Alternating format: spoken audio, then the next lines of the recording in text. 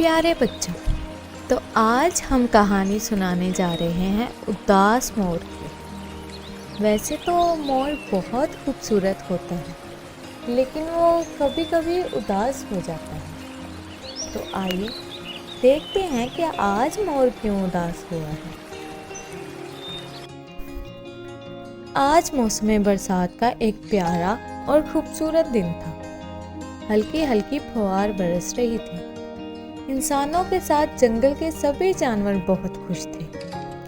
ایک مور خوشی کے عالم میں اپنی رنگین اور خوبصورت پر پھیلائے جنگل میں ناچ رہا تھا۔ یکا یک اسے اپنے کرخ اور بھدی آواز کے ساتھ اپنے بدصورت پیروں کا بھی خیال آیا، تو وہ ایک دم اداس ہو گیا۔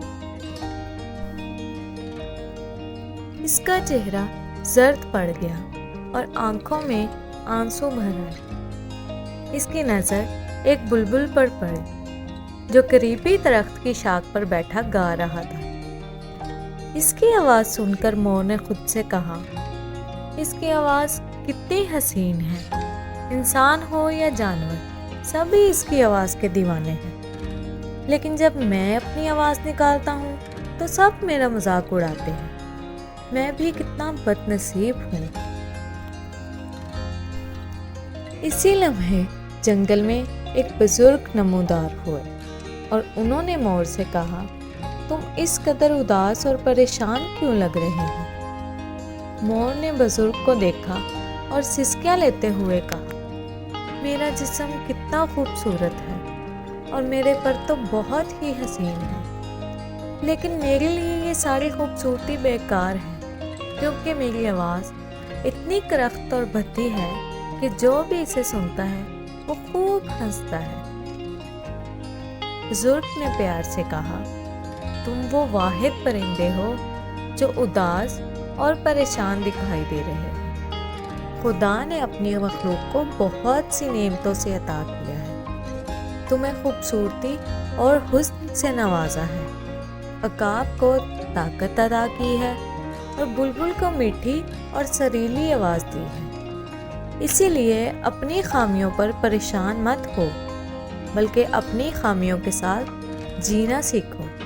اسی میں خوشی بھی ہے اور اطمینان بھی۔